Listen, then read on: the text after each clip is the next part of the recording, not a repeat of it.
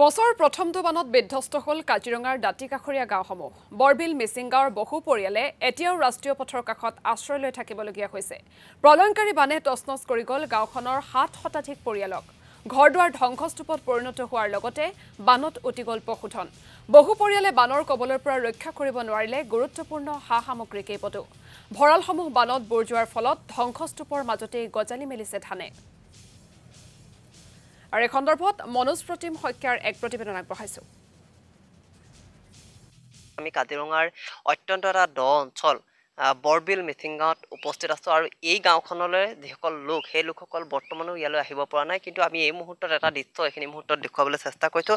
আচলতে কৃষকসকলে বহু কষ্ট কৰি তেওঁলোকৰ যি আশাৰ যি সপোনসমূহ তেওঁলোকে সপোন দেখে। আচলতে এই ধানসমূহ আপোনালোকে দেখা পাইছে যে এটা ভঁৰাল ইয়াত সম্পূৰ্ণৰূপে বাগৰি পৰিছে আৰু পানীয়ে সম্পূৰ্ণ তাত থকা ধানসমূহ সম্পূৰ্ণৰূপে নষ্ট কৰি পেলালে। আৰু এই মুহূৰ্তত দেখুৱাইছোঁ এই ধানসমূহ বিক্ৰী কৰিয়ে এই কৃষকসকল আচলতে স্বাৱলম্বী হয় বা পৰিয়াল পোহপাল দিয়ে। কিন্তু আজিৰ দিনত যদি চোৱা যায়, এই যিখন ঘৰ, এই ঘৰখনৰ গৰাকীয়েও আচলতে নাজানে যে এই ঘৰখনত আচলতে তেওঁলোকৰ নিজৰ যিখন সোণগুটি থকা যিখন ভঁৰাল, সেই ভঁৰালখন ইতিমধ্যে ধ্বংস হৈ গৈছে। কিয়নো তেওঁলোক ইতিমধ্যেও এই যিসমূহ অঞ্চল, এই অঞ্চলসমূহলৈ বা নিজৰ ঘৰখনলৈ তেওঁলোক আহিব পৰা নাই। এই মুহূৰ্তত আমি দেখুৱাইছোঁ যে ধান তিতি আচলতে ইয়াত এক প্ৰকাৰ গজালি ওলাই গৈছে, কিন্তু এই মুহূৰ্তত যদি চোৱা যায় এক প্ৰকাৰ সম্পূৰ্ণৰূপে তছনছ হৈ পৰিছে কৃষকৰ আশাৰ সপোন। আৰু এই মুহূৰ্তত দেখুৱাইছোঁ এইসকল লোক আচলতে এক প্ৰকাৰ কাজিৰঙাৰ এই যিখন গাঁও, প্ৰায় 700 লোকৰ বসতি প্ৰধান এই যিখন গাঁও, এই গাঁওখনৰ লোকসকল আচলতে এনেধৰণে থাকিবলগীয়া হৈছে। বৰ্তমানলৈকে কিন্তু তেওঁলোক এই গাঁওখনলৈ ঘূৰি আহিব পৰা নাই। আৰু এই মুহূৰ্তত দেখুৱাইছোঁ কেৱল মাত্ৰ এটা ভঁৰালেই নহয়, কেইবাটাও ভঁৰাল ভাঙি তেওঁলোকৰ যি আশা, যি সপোন পুহি ৰাখিছিলে সেই সপোন সম্পূৰ্ণৰূপে তছনছ হৈ গৈছে।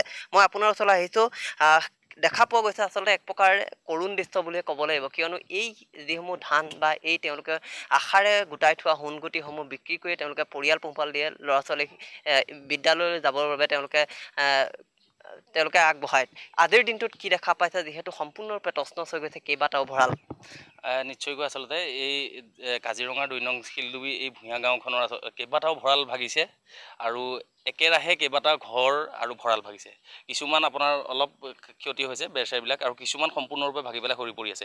এতিয়া এই ভঁৰালটোতে চাওক আপুনি, এই ভঁৰালটো সম্পূৰ্ণ ভাগি পেলাই গোটেই ধান প্ৰায় মোটামুটি 8-10 কুইণ্টেল ধান হ'ব, গোটেইখিনি তিতি আছে। আৰু এই জেগাটোত অত্যন্ত দ জেগা আচলতে। যেতিয়া মানে ভঁৰালটো পৰাৰ পিছত ইয়াৰ পৰা কোনো পধ্যে ধানখিনি উঠাব নোৱাৰিলে, কিন্তু বহুত চেষ্টাও কৰিছিলে, কিন্তু ধানখিনি উঠাব নোৱাৰিলে। আৰু এতিয়াও তেখেতসকলে আহি পেলাই চাওক চবফালে চাৰিওফালে পানী হৈ আছে, ধানখিনি মেলি দিব পৰাকৈ মানে একো ব্যৱস্থা নাই, আৰু যাৰ ফলত গোটেইখিনি গজালি উঠি গ'ল। গতিকে এই বস্তুটো আচলতে চৰকাৰ প্ৰশাসনে অতি সোনকালে ইয়াৰ তদন্ত এটা কৰক, আৰু তদন্ত কৰি পেলাই আচলতে গোটেইখিনি চিনাক্ত কৰক কাৰ কাৰ ভঁৰাল ভাগিছে, কাৰ কি হৈছে। আৰু আমাক যিটো কথা কোৱা হৈছে যে GPS-ত ফটো মাৰি দিবলৈ কোৱা হৈছে, আমাৰ এই সাধাৰণ মানুহখিনি আচলতে সেইবিলাক কথা একো বুজি নাপায়। গতিকে বিভাগীয়ভাৱে তেখেতসকলে এটা টীম বনাই টীমটো পঠিয়াৰ ব্যৱস্থা কৰক, আৰু যিটো টীমে মানে গোটেই কাৰ কাৰ ঘৰ ভাগিছে, কাৰ কাৰ ভঁৰাল ভাগিছে, এই গোটেই বস্তুটো ছাৰ্ভে কৰিবলৈ তেতিয়া সুবিধা হ'ব। কিন্তু যদি আমাৰ মানুহখিনিয়ে যদি সেই বস্তুটো GPS-ত ফটো মাৰি দিব পৰা যদি মানে সেইটো যদি আশা কৰি থাকে, বা সেইটো যদি আমি তাৰ পৰা কিন্তু আমি ভাল ফল কেতিয়াও নাপাম। কাৰণ ইয়াতে কোনেও নাজানে, শিক্ষিত মানে ইমান জনা শুনা মানুহ নাই যে এই বস্তুটো তেনেকৈ কৰি পেলাই দেখুৱাই দিব। গতিকে মই অনুৰোধ জনাব বিচাৰিম, বিভাগীয়ভাৱে এটা টীম পঠিওৱাৰ ব্যৱস্থা কৰক, আৰু সেই টীমটোৱে গোটেইখিনি চিনাক্তকৰণ কৰি এটা লিষ্ট বনাওক, আৰু লিষ্টৰ মতে অতি সোনকালে আচলতে ইয়াতে এটা সাহায্য দিয়াৰ এটা ব্যৱস্থা কৰক। 8 দিন উকলি গ'ল, কিন্তু 8 দিনত মনোজ প্ৰতিম শইকীয়া, আপোনাক এই মুহূৰ্তত ধন্যবাদ জ্ঞাপন কৰিছোঁ।